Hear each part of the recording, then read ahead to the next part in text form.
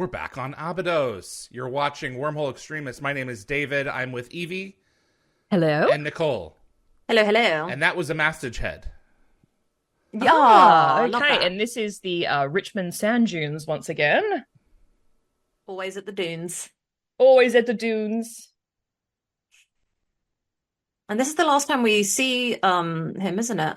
It is the last time that we see Kasuf. Yep. Yeah. It's his final appearance, which is sad. I'm glad he reappears loads, though. Like, you know, not everyone gets to constantly reappear from, especially from the from original film, movie as well. So yeah, absolutely. Yeah, I loved it when they could bring back characters from the film. Yeah, but his presence will be missed. Absolutely. Actually, speaking of sorry? No, go ahead. I was going to say, speaking of Eric Avari, the upcoming bit with the sandstorm, does it remind anybody else of Imhotep Sandstorm in The Mummy? It looks exactly the same. I was just talking about that today. Literally a year before this, I think. Yeah. And he was in that movie. Yeah. I haven't seen it in 24 years. I'm going to rewatch it next week with Faye. It's one of my guilty pleasure movies. It's up there with me for Van Helsing. Yeah. Mummy and Van Helsing are on the same level for me, except one's gothic and one's, Egyptian. So I see this and I'm expecting to see Brendan Fraser and John Hannah on a biplane. Yeah.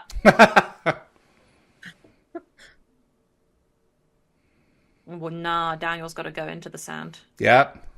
I love it. Kansas.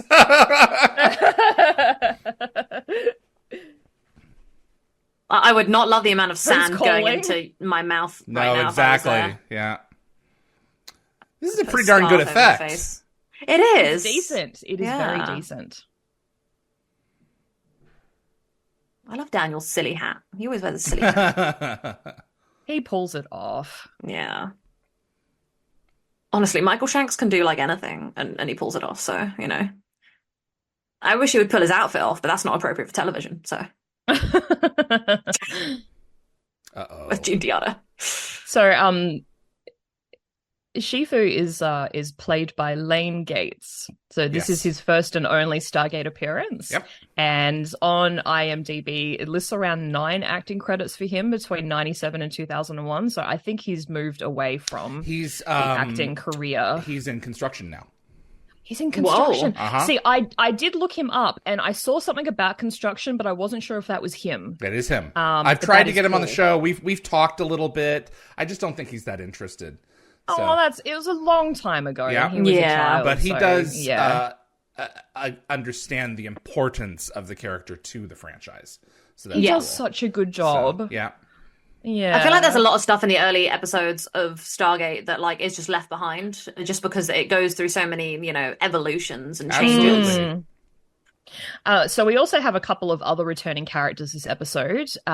So we've got William DeVry as Aldwin. Yes. And Stephen Williams as well as General Vadreen. Yep. Woo! And the title of this episode is derived from John Dalberg Acton's first Baron Acton's principle, which is power tends to corrupt. Absolute power corrupts absolutely. Absolutely, Great men are almost always bad men. Yep. Brilliant. It's so easy to get swept away. Yeah. June Deanna said, Nicole, there's a movie that does that for you. Thank you, June Deanna. I will research that. So when Daniel says he knows it's possible, he's referring to the events of Brief Candle in season 1. Correct. So Shifu was born in season 2, so he'd only be about 2.5 years old if it weren't for the nanites, which you find out about later. Yep. And Peter DeLuise said that this deal was included because a 2-year-old child would be too young to interact with other characters at this level of complexity. Yeah. Yeah. And you wouldn't really expect him to be wandering around on his own at this point. So yeah, I feel like they need to also wrap up a lot of this stuff. Again, because there's so many early seasons arcs, and obviously Apophis is gonna go bye end of this season. Yep. So it's like, well, they had a lot of 5 stuff they're trying to do. They had 5 seasons, Yep. planned out at this point, and so it's time to start wrapping some of these things They're up. closing, I'm really some glad though, chapters. because there is a lot of stuff in the early seasons that like was interesting, but like it's just that they weren't doing anything with them. So I'm really glad they finally wrapped stuff up and at least we saw some conclusions come in. Well, this is like his last connection to Sharae. Correct. Yeah. So Daniel mentioned before the meaning of Shifu. So apparently Shifu, well, he says apparently Shifu means light, but it actually means master in Cantonese. Really? And it's commonly used to honor skilled professionals and martial arts instructors. It's similar to like a sensei. And the correct word for light or bright is actually Uwang, just for those who are curious. Interesting. I love this line.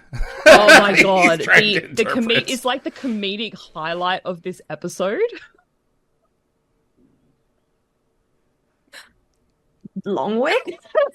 It would be surprising to me if there weren't at least like 100 outtakes where this scene, like with everyone laughing, because how does the kid keep a straight delivery face? is like literally it's wicked. Absolutely. Evie, did you write that in advance? I feel like you did. Of course I did. Jeez. It was too perfect. Evie's timing was too good. It's the dad joke. Yeah. Jacob said they just won't let us forget Brief Candle. I know. I know. One of my favorites. That's one of I know, it's one of Nicole's favorites. So every time Jeff Golka watches an episode of Stargate and they start talking about nanites, he's like, Brief Candle. And I'm like, yes. Kid did pretty good. Yeah. I think he did very good. This is not an easy role to pull off. No. I think just being a kid in science fiction is hard no matter what, because it's science fiction, you know? You've been raised by a being that is thousands of years old. Yeah, how do you act that? Yeah, exactly. Yeah. Oh, mention Brief Candle again. This is turning out to be my favorite episode. Oh, so, God, I hope not. So, Oma Dasala likely disabled the nanites as Apophis would have little use for a minor as a host. Yeah. So she also gave him the power to become an energy being, and that sort of further safeguards him from Apophis's control. Translation, she killed him. Kind of, yeah. I guess you could look at it like that. I kind of would have liked to see, like, you know, obviously Shifu's got ascended powers. I would like him and Daniel to have, like, had some, like, father, you know, adopted son kind of bond in the afterlife. With the way that he talks, it would have been interesting. Yeah. Yeah, that would have been interesting. But I think Shifu left him alone, if Daniel is to be, you know, believed. Have you seen any of these others? Shifu has some very wiseness. Everyone's on their own path. Yeah. So, a minute ago, Tilk theorized that all Goa'uld are born evil. So, on one hand, this seems true with like characters like Tanith, who planned to betray Shinnok even as an immature symbiote. But the Tok'ra, who share this inherited knowledge as well, choose to fight against the Goa'uld. So it kind of suggests that it's more than just genetics. It's like the harmful effects of the sarcophagus and sort of other influences that make them different. Yeah, and evil queen bees. So you know. Well, Egeria made a conscious decision. And good babies. You know, right. And not use sarcophagi. So there's just a lot to do with that. Evie, could you crochet me an Egeria crochet, but like with the sack as well? Would that be like the craziest thing you've ever made? It would be pretty high up there. Although I did make that that MacGyver doll. That was intense. Like the nuclear bomb, like whatever it was. The that had that thing strapped to him. The rocket thing, yeah. The rocket thing, yeah. As long as you crochet a bunch of little gold to go inside of it to puff up the sack. Oh my god, yeah. So you could like remove it from the crocheted sack, and then you could like it'd be interactive. Oh, he just went one step further. Jack in the bathtub with all the symbiotes, the shrimp floating around. All right. Oh my god. So he's teaching some life lessons here. Yes, he's way He too is. wise for his years. I feel like Oma was like, "Hey, I'm going to speed up that teaching of yours."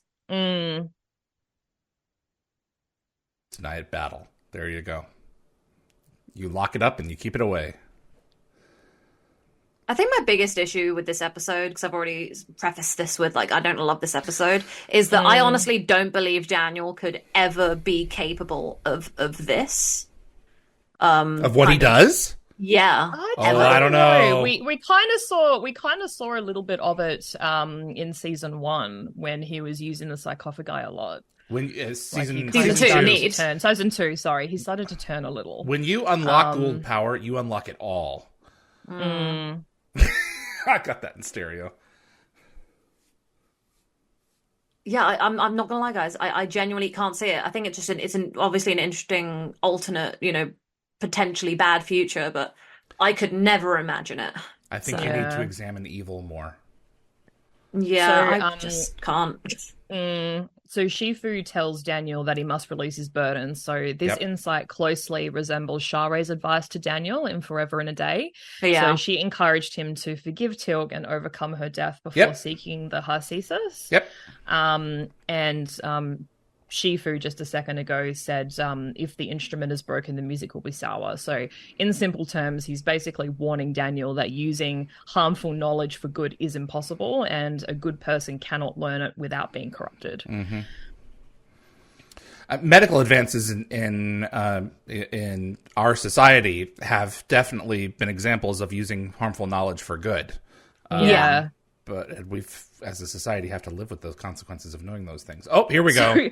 So in the world of academia, so the raised hand is generally such a benign gesture, but surely it would give Daniel PTSD by now. Especially with a bit of light coming out just before. Yeah. That's funny. And we fade to black. Now we're in the dream. It's such a good transition, though, because like it literally takes you like 3/4 of the episode to realize that this is not like our reality. Mm-hmm. Well, it's kind of a part 2 to Forever and a Day. Yeah. Yes. So Daniel retains the experiences, but the experiences that he has are not of consequence to the outer world. So. What I find really interesting at the moment is that you guys are talking about this in a complimentary kind of way, while like to me, I'm just like, I'm hoping that I come out of this with a more stronger perspective. I'm hoping that you guys keep feeding me positives. So that's one of the cool things about all of us watching some of the episodes that we're not the most fond of, unless we all hate it. To hear it from and watch it from a different perspective. Yep, appreciate it on a different level.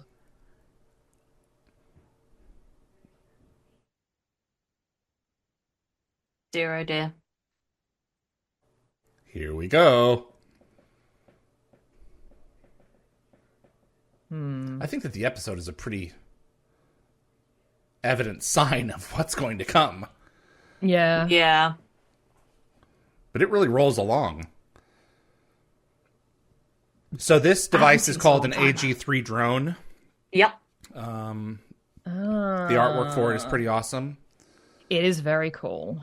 I like the pyramid theme always follows through, That's it does, doesn't it? Yes, absolutely. It's Gould's tech, So Sam basically said that liquid naquadah is unbelievable. So Sam has actually come across this liquid naquadah before, in a sense. So it's a substance that fuels the Goa'uld staff weapons and was mentioned by Major Carter and Dr. Carter in Point of View.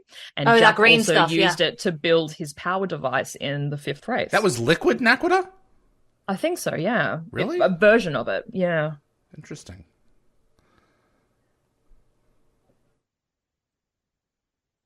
I find it very ironic that, the staff weapons have liquid naquadah, but they're not that powerful. But then you can convert that stuff in order to, dial the gate to another galaxy. Mm-hmm. And, that blows my mind. I think it's a good example of how the Goa'uld, have all this technology, but they don't, know how to fully utilize and take advantage of it because they're parasites who steal. They don't really create.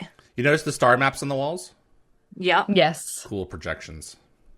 There's a lot of interesting lighting in this episode. I was just thinking, like, there's constantly like shadows and It's not real stuff. Well, it's all very deliberate. Yep. Yeah. Yeah, his like, lights shadows... in his office are off. Yeah, exactly. And shadows kind of have that sort of eerie kind of like... They're foreboding. Yeah, exactly. Kind of like when Kylo Ren is like talking to Han Solo and being like, I know what I have to do, I just don't have the power to do it. And then the lighting changes, it's got like red and blue on his face, and then suddenly it goes red a second before he does what we know he does. So yeah. That's a little bit more obvious, though. Yes, but I really enjoy... Everyone knows what the blue and the red mean. Yeah, I really enjoy just watching the way that color can be used to do that. Like, the way that... It can be very symbolic. Yeah. You notice what's happening here. Starting to push them around. Yeah. Oh, yeah. And his glasses are gone. Oh, no, he still has his glasses. Never mind. He's holding them, yeah. But he's not needing them as much. Yeah. He didn't like that. He was like, So he just picked something at random.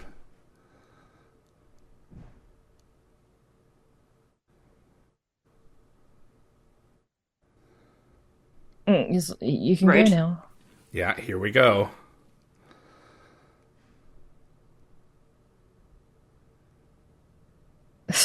I think Tilk understands now what it's like to be a diminishing resource. Dear. Jeez. I think he eventually kills Tilk in this episode on a mission, doesn't he? Yeah.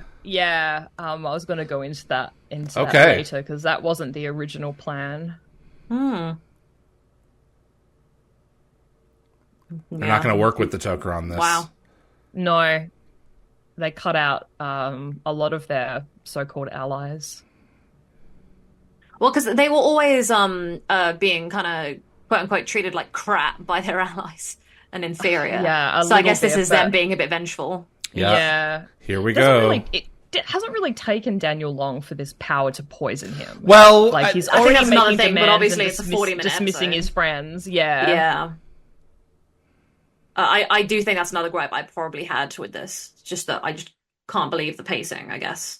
This is the argument that that Paul Davis uses on Daniel in 48 Hours. We don't know who the Russians are trading the technology and their secrets to. Yeah. So it's interesting that Daniel has it here. Then it's not impossible. It's not impossible.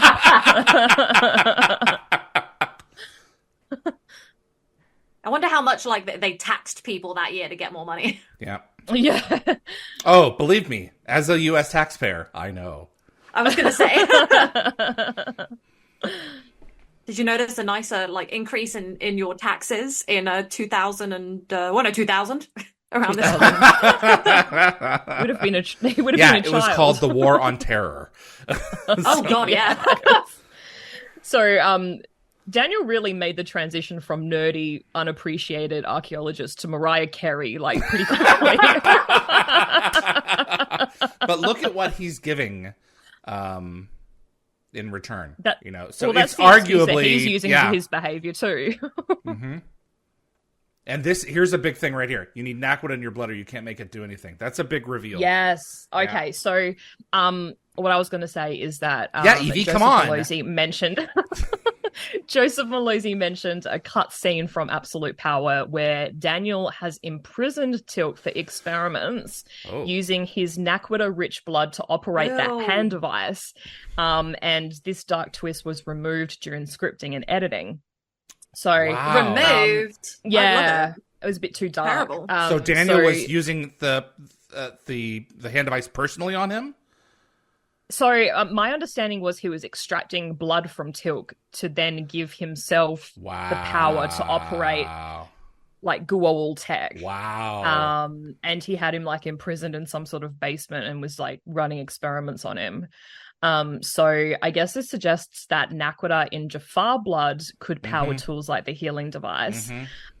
So while this scene ultimately didn't air in the end, a Jaffa priest was seen using devices in bloodlines, which kind of supports this concept. Exactly.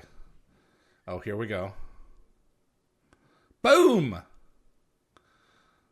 Gene Diada said with Teal'c, I like that they touch on the hidden resentment Daniel has.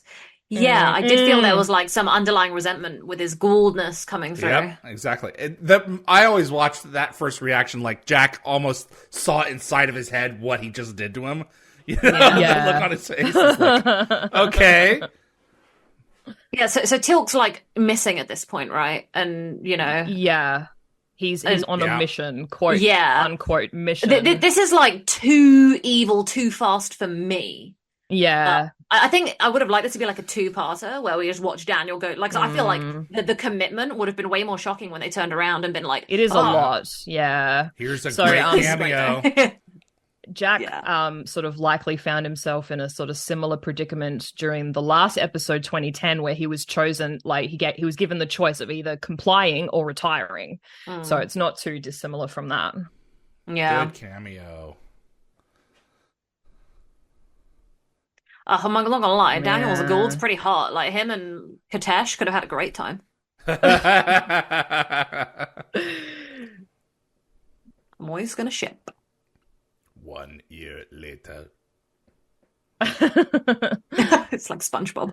Is that what that's from? Yes. 1 eternity later. Oh, that's what that's from. Okay. As far as I know. At least that's where I got it from. And he's kind of become Seth here. Yeah. His little cult. In his compound. Yeah, his compound. Yeah. Complete with rings. So Daniel's mansion is the historic Highcroft Mansion in Vancouver. So it was constructed between 1909 and 1911. Wow. And since 1962, it has housed the University Women's Club of Vancouver.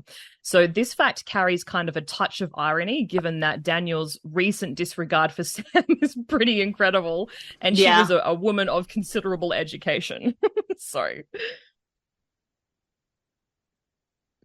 Send her away.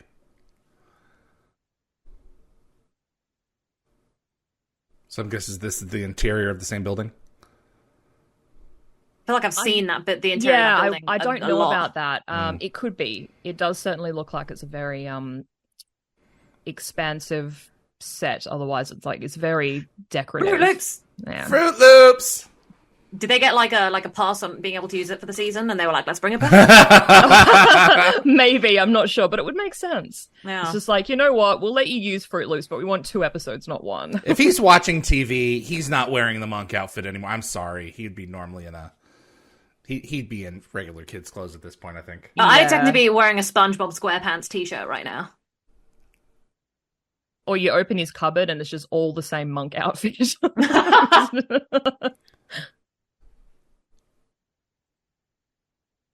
Oh, he's gaslighting. Mm-hmm. But what is with these alternate timeline gaslighting men? This is awful.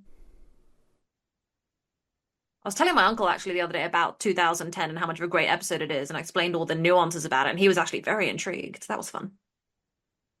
He hasn't seen it? He's seen some episodes, but he's never really had a desire to go through all 17 seasons. It's a lot, so... That's the problem with Stargate, is every time I'm like, watch it, it's 17 seasons. They're like, nope, I'm done. Yeah. Watching it week to week when it was streaming was definitely a lot easier. And by streaming, I mean airing live on television. Stupid Netflix has ruined everything.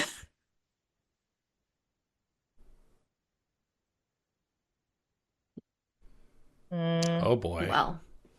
They won't listen if you're in an institution.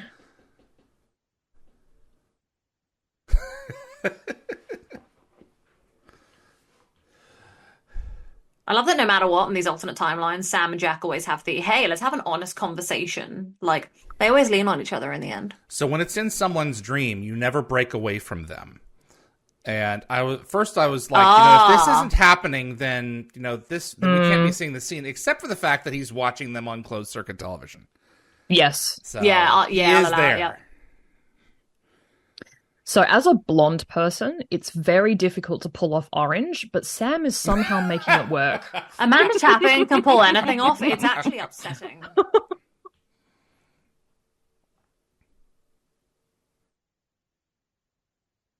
Yeah, he does, but yeah. So that's the thing. So I'm very This Jack is pretty on extreme this. behavior. It is so extreme. I think this is why I had trouble appreciating this episode, because I couldn't believe it.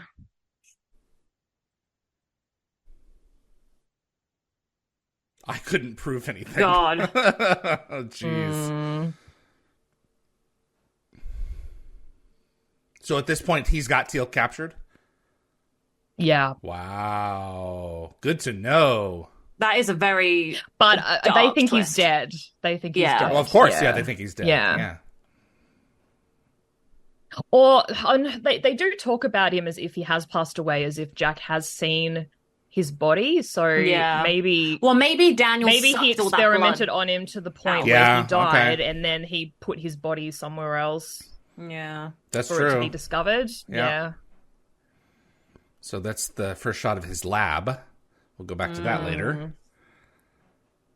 Why is he like this? Yeah, throws it in there. The way he just stabs it back in. Yeah. I love the way that Daniel immediately puts on a smiling face and the good boy act in front of Jack, because Jack is so beautifully ignorant because he loves Daniel. Well, also his day has come, so Yeah. he's here for And, the like, big moment. Sam's seen all his dark stuff and like knows the truth, so he's like, right, evil wench, get in your cell. Jeez. Is that Is today? that today? Who knew? Jean Diardi just said, the delicious pants of evil. Yes, they That's are. some damn good trousers. The white pants. Yeah. Or we could have ironed out the back a bit. There's a bit of a crinkle in there. Daniel, get your laundry department to do better. He's been sitting in his throne. In his evil He chair. doesn't even trust him. Look at that. He doesn't even want to get close to him. No, well... I the, really wanted to be like, what do you know what to say? Yeah. The Highcroft mansion is actually 3 stories high, so transport rings might not be such a bad idea. You know, Use Jack's that got one those bad waiting. knees, so... Oh, goodness. Oh, the lair. Cool So space. evil looking. Yeah. Is this a silly question, right? Yeah. Why does this look exactly like Magneto's room in X-Men? Oh, Sorry, not Magneto, sorry, Yeah. Dr. X's room. Professor X's room in X-Men. So, That he built with Magneto. Daniel just asked Jack what he thought of the room. So, Yeah. 2 things for me come to mind. So, firstly, Shifu wouldn't stand a chance at winning hide and seek against Daniel. No. And secondly, if Daniel put aside his villain vibes, he'd throw the most amazing movie nights with this massive screen, surround sound, and comfy seating. Legit. Daniel's Cerebro. Literally. So, like, it literally looks like Cerebro. Like, even the way the main table that you're sitting at comes out. Well, it and came the room out is around the very same round. time. And they're both shot in Vancouver. Yeah, so it's it's true. like, Well, it's, yeah. It's a good imagine point. if they just got to borrow the set for a minute. I mean, it's much smaller, but yeah. Yeah. So, Daniel, just a second ago, mentioned the odds of the launch being successful. So, speaking of success, one of the rockets shown is the Ariane 5, a launch vehicle operated by the European Space Agency. So, the Ariane 5 had a 95.7% success rate with 112 successes out of 117 launches. Wow. So Okay. that included 83 consecutive successful missions from April 03 to December 17. So Wow. Yeah. It's pretty reliable. yeah. Oh. So during a typical rocket launch sequence, 0 actually signifies liftoff, with engines igniting seconds before. However, when these rockets are launched, the engines start at 0 and liftoff follows several seconds later. So That it's is kind of such considered like a minor goof. A Interesting. bizarre fact. That is, I never knew that. That is so There you wow. go.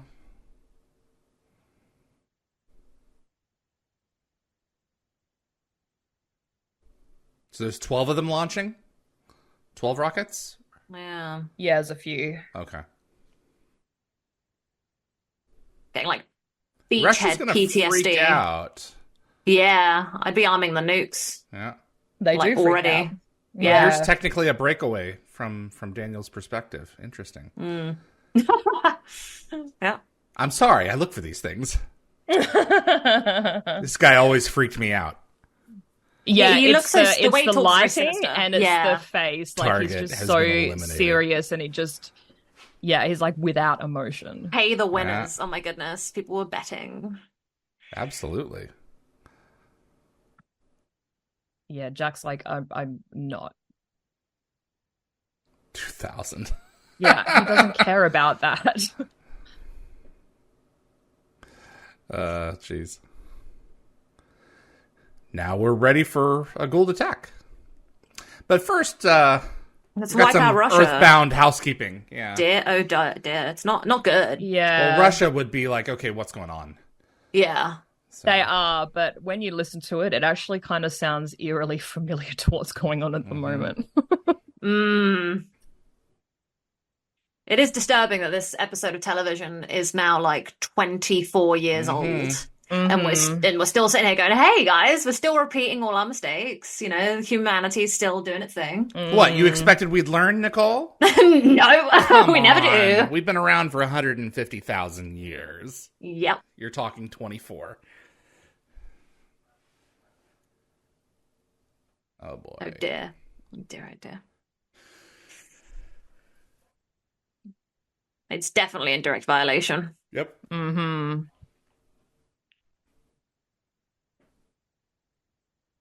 Relinquished immediately. So just hand it straight over. Manuals and all. Yeah. This is why we keep all the nukes in the basement and don't pull them out.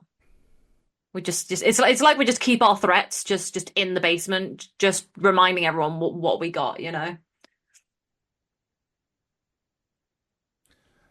Oh boy. Yeah, because this is going to make them calm down so much when you take out one of their satellites. Yeah. They're like, okay.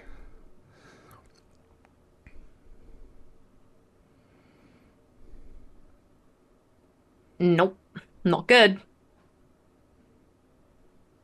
Why is he so evil? It's like he's plugged into the system. Yeah. Yes. Maybe he's not human. robot. Maybe he's an Yeah. android. Maybe not.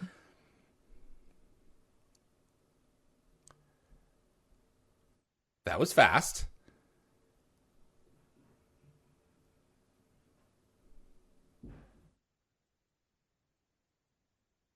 Oh boy. Proportional response. Yeah. Are you surprised? Mm-hmm.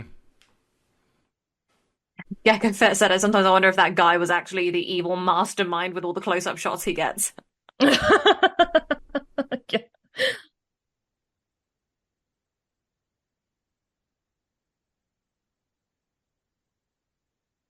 Oh no. I don't think Oh, the president no. has an opinion anymore. Doesn't get Well, he's to have an kind opinion. of obsolete because Yeah, he's been Daniel iced has this out. button. Yeah. Yeah, that big button there.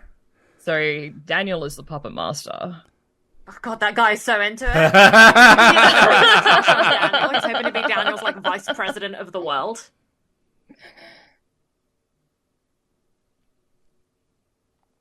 Yeah, so he wasn't very highly monitored, was he? No. No. Bye. Ciao. Oh boy, here we go. Yeah. But it's being a bad guy.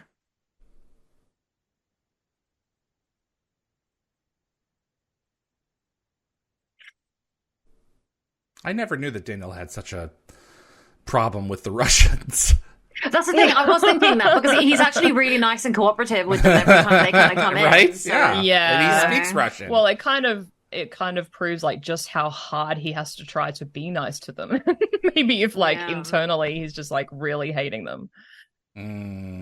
So I love how like unfazed Daniel's staff are. Like they just barely blink.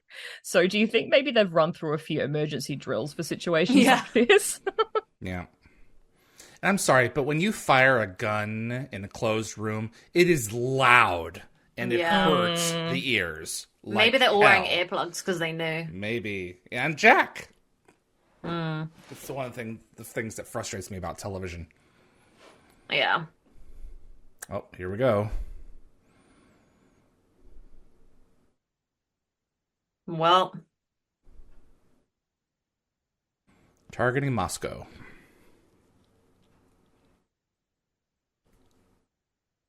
Yeah. So this theory is plausible. Yes. Given that Niriti planted a bomb in Cassandra to target Earth's Stargate and Singularity, and Apophis manipulated Tilk's son Ryak, equipping him with those toxic teeth.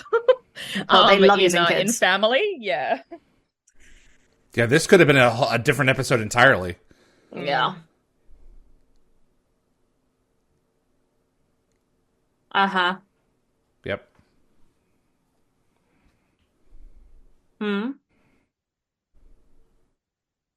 It's not, darling. It's not you. That's not you. I think my thing with this episode as well, with the whole Daniel being so evil, is definitely this is like a alternate scenario of like how, power corrupts absolutely. And cool shot. But also terrible, devastating. We should never do this. Thanks for covering that. No, I just realized saying cool shot to like people getting wiped out. No, not cool. I love how you backtrack so quickly. I just don't even know what to do. It's like Alderaan blowing up. Right? It's a cool visual. But then you think of like all of the people who've lost their lives. Yeah, Alderaan, cool shot. But we should never blow up Alderaan. Never. Alderaan's a great place. It's peaceful. They have no weapons. You couldn't possibly. No, but I just can't believe Daniel being that bad. It was like, I think it was just an example of like how it can do that to good people. But I don't know. I never bought it the first time. I think. Dreams teach. I'm teaching him. Yeah. I think the way the episode is supposed to like make you believe that Daniel's going down this evil path, I think that's like what I never really sat well with. Oh, it's the hot Tok'ra! Alduin. I love this guy. Yeah. He's great. Doesn't he die when they attack next season? He breaks his neck. Ugh. Yep. Poor guy. Ravana. So sad.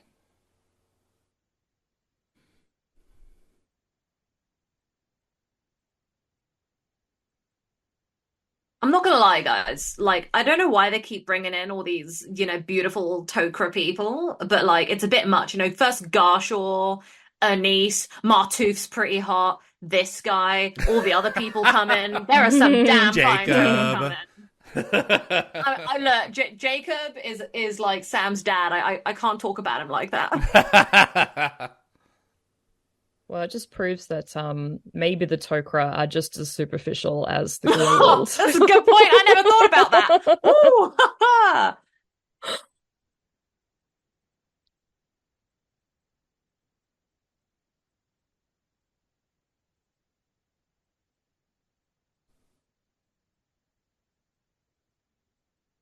adorable. Yes, exactly. Look how nice he's being. Like, he's being so like, hey, kid, it's okay, don't worry. It's like, hey, this kid's smarter than you. You don't realize. He's got quite a bit of knowledge up in there. Yeah, big brain.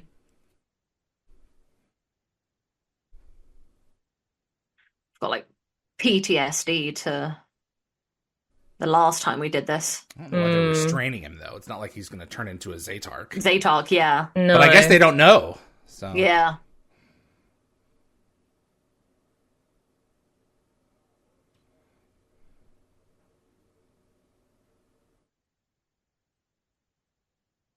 I am many things. Oh, dear.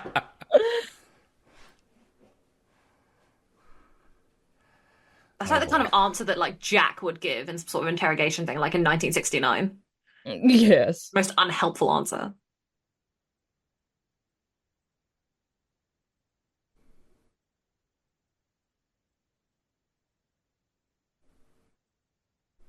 Oh boy. I feel like this was like Daniel's first like test run with Oma, where she was like, "Oh, he's a good boy." So you could kind of view this episode as an important step in Daniel's path to ascension. Yeah, 100%. Very much so. Yeah. So Daniel's speedy recovery. So Daniel made a very quick recovery from his long nap, and presumably without coffee. So I typically require like a caffeinated kickstart and a solid half hour on social media before I can call my own name. Yeah. But he just bounces straight back. He sure does. Daniel's yeah, that's true. always ready to learn, you know? He was having a great time in there. Like, might have been a nightmare, but he learned so much in that dream. Mm-hmm. Did. Adorable. Yeah, there's not much we can do about... Yeah, no, you're not going to extract much of anything now. Yeah, you won't. If you merely know the candlelight is fire, the meal is cooked. Still don't know what it means. No, nor do I. Every time I hear it, I try to figure it out, and I'm like, oh, screw you. I feel like it's a chicken or the egg situation every time I hear it. I'm like, nope, there is no answer. I love that line. All roads eventually lead to the great path.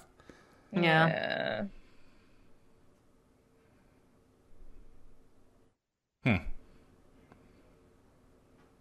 Cute.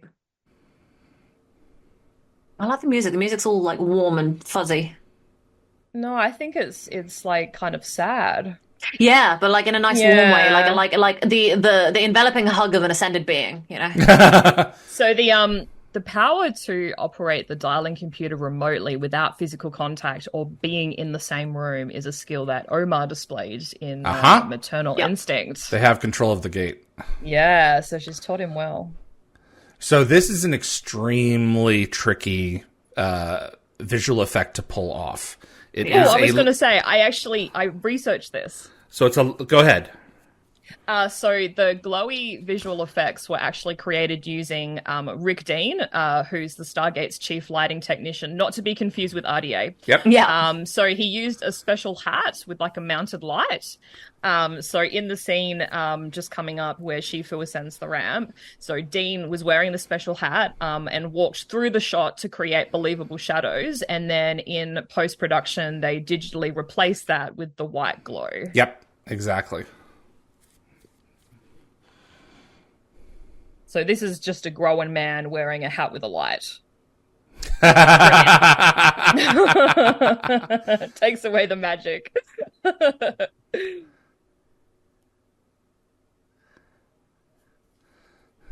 So a few like comments on this episode. So Joseph Malozzi praised Michael Shanks's performance and said that actors love to play bad guys, and in this episode, he delivers a terrific portrayal of Daniel gone dark side.